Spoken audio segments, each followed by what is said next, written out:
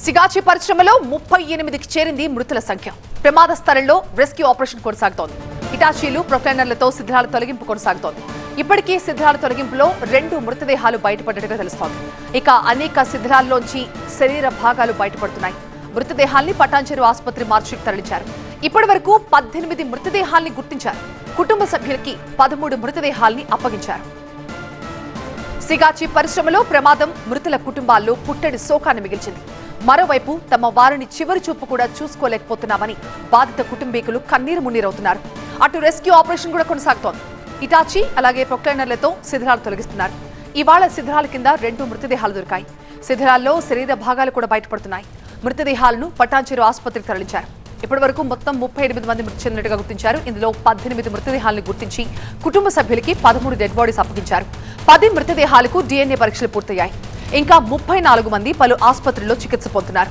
పరిశ్రమలో పనిచేస్తున్న ఇంకా 9 మంది ఆచూకీ ఇప్పటి వరకు లభించలేదు. సిగాచి ప్రమాదంలో మృతి చెందిన వారిలో 18 మందిని గుర్తించారు. రాజనాల జగన్మోహన్, రామ్ సింగ్, శశిభూషణ్ కుమార్, లాగోన్జీత్ మృతి చెందిన వారిలో ఉన్నారు. హేమసుందర్, రుక్సానా, నిఖిల్ రెడ్డి, నాగేశ్వరరావు, ప్రసన్న, శ్రీరమ్య, మనోజ్, రోహిత్ మృతి చెందారు.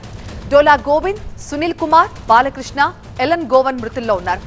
జగదీష్ ప్రసాద్ పటేల్, ప్రవీణ్ కుమార్, లక్ష్మీ ముఖియా ఈ ప్రమాదంలో చనిపోయిన వారిలో ఉన్నారు.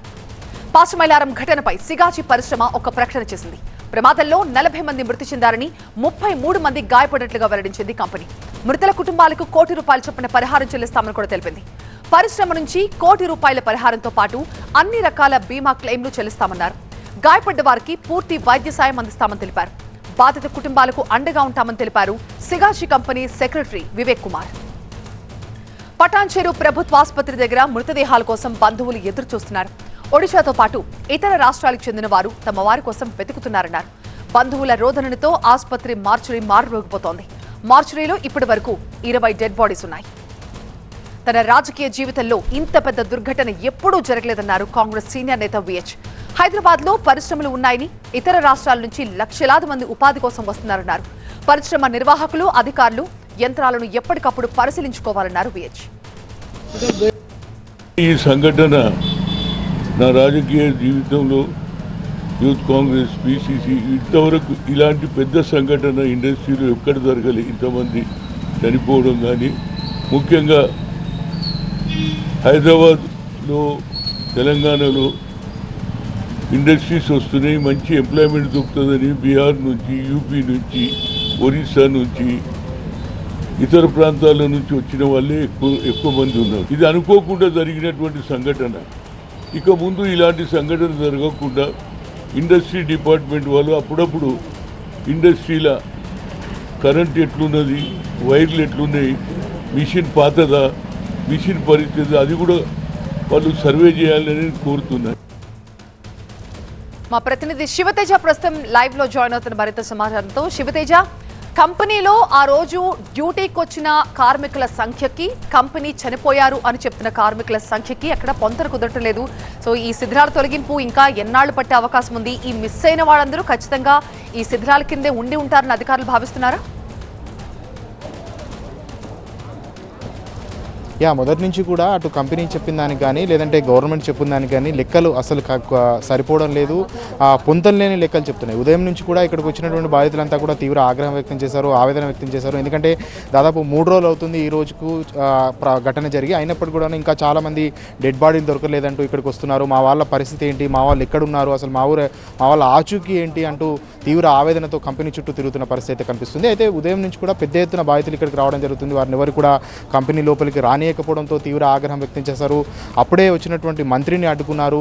ఆ మంత్రితో వాగ్వాదం చేశారు. వాగ్వాదం చేసిన అనంతరం వారిని లోపలికి తీసుకెళ్లి వాళ్ళతో మాట్లాడి వాళ్ళకు నచ్చచెప్పే ప్రయత్నం అయితే చేశారు. సో అయినప్పటికీ కూడాను మనం మీడియాతో మంత్రి మాట్లాడుతూ ఇప్పటికీ 36 మంది చనిపోయారు అంటూ చెప్పడం జరిగింది. కానీ తర్వాత ఒక హాఫ్ అన్ అవర్ తర్వాతనే మళ్ళీ కంపెనీ ఒక ప్రెస్ నోట్ రిలీజ్ చేసింది. అందులోనేమో 40 మంది మృతి చెందారు, వారికి మేము నష్టపరిహారం ఇస్తామంటూ కూడా కంపెనీ ఒక ప్రెస్ నోట్ రిలీజ్ చేసింది. సో ఈ నేపథ్యంలో ఒక కన్ఫ్యూజన్ అయితే ఉంది. ఎందుకంటే ఇప్పుడు గవర్నమెంట్ చెప్పింది నిజమా లేదంటే కంపెనీ రిలీజ్ చేసింది నిజమా అనే దాంట్లో మాత్రం కొంచెం కన్ఫ్యూజన్ అయితే ఉంది. సో ఓవరాల్గా ఒకవేళ ఒకవేళ ప్రభుత్వం చెప్పిందే కనుక మనం చూసుకుంటే సో 36 మంది నిన్నటి వరకు చనిపోయారు. ఈరోజు కూడా రెస్క్యూ ఆపరేషన్ 3వ రోజు కొనసాగుతుంది. అందులో 12 గంటల ప్రాంతంలో 2 డెడ్ బాడీలను గుర్తించడం జరిగింది. సో ఆ లెక్కన 38 మృతదేహాలు అయితే ఇప్పుడు మార్చురీలో ఉన్నాయి. 38 మృతదేహాలు ఉన్నాయి. అందులో 18కి ఇప్పటికే వివిధ ఎవరెవరు డెడ్ బాడీలను వారి కుటుంబ సభ్యులకు కూడా ఇవ్వడం జరిగింది. విత్ డెత్ సర్టిఫికేట్లతో ఇచ్చేయడం జరిగింది. ఇంకా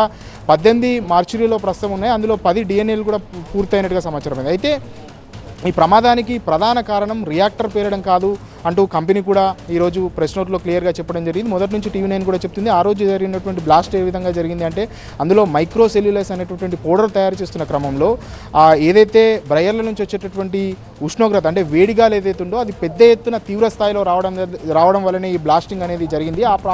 ఆ సమయంలో దాదాపు ఈ పరిశ్రమలో 143 సిబ్బంది ఉన్నట్టుగానైతే తెలుస్తుంది. బ్లాస్టింగ్ అవ్వడం క్షణంలోనే 3 అంతస్తుల బిల్డింగ్ పూర్తి స్థాయిలో కుప్పకూలిపోవడం జరిగింది.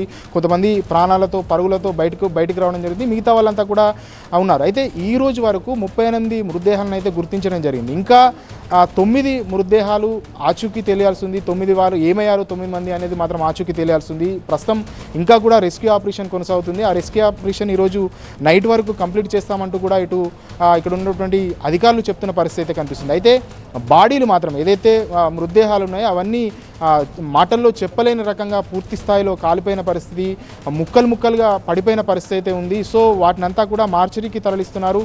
అసలు ఏ డెడ్ బాడీ ఎవరిది అనేది గుర్తుపట్టలేని పరిస్థితి అయితే కనిపిస్తుంది. సో DNA పరీక్షలు నిర్వహిస్తున్నారు. DNA పరీక్షల ద్వారా వారి కుటుంబ సభ్యులకైతే అందిస్తున్న పరిస్థితి అయితే సో ఉంది. ఇప్పటికైతే రెస్క్యూ ఆపరేషన్ కొనసాగుతుంది. ఇంతకు మునిపే అంటే నిన్న ఏదైతే సీఎం ఇక్కడికి వచ్చి ఆ కంపెనీ యజమానులతో మాట్లాడడం, అధికారులతో మాట్లాడడం, సీరియస్ అవ్వడం, ఇప్పటివరకు యాజమాన్యం రాలేదని సీరియస్ అయిన క్రమంలో ఈరోజు అంటే దాదాపు 3వ రోజుకు కంపెనీకి సంబంధించిన సిబ్బందిలో కొంతమంది ఇక్కడికి రావడం జరిగింది. HR టీం కూడా ఇంతకుముందే ఇక్కడికి రావడం జరిగింది. వారంతా కూడా ఇక్కడ ఉన్నటువంటి పోలీసులను మ్యాన్పేటింగ్ చేస్తున్నట్టుగానైతే ఇక్కడ ఉన్నటువంటి కొంతమంది బాధితులు చెప్తున్నారు. ఎవరిని కూడా ఈ చుట్టుపక్కల పరిసర ప్రాంతాల్లో రానివ్వడం లేదు. సో మా పరిస్థితి ఏంటి, మా బాధ ఏంటి, మా వారు ఎక్కడున్నారు అంటూ ఆ ఫోటోలు తీసుకొని వచ్చి ఉదయం నుంచి ఇక్కడ నిల్చున్న పరిస్థితి అయితే కనిపిస్తుంది. సో ఇక్కడికి వచ్చిన వారితో మాట్లాడి పక్కనే ఉన్నటువంటి ఒక ఏర్పాటు చేసినటువంటి ఒక సెంటర్కి వాళ్ళందరినీ తీసుకొని వెళ్తున్నారు. అక్కడ నుంచి ఏవైతే డెడ్ బాడీలు ఇక్కడ దొరుకుతున్నాయో దొరకగానే వెంటనే మార్చికి పంపడం, అక్కడ నుంచి DNA టెస్టులు చేసిన తర్వాత ఎవరి డెడ్ బాడీ ఏంటి అనేది గుర్తించిన తర్వాత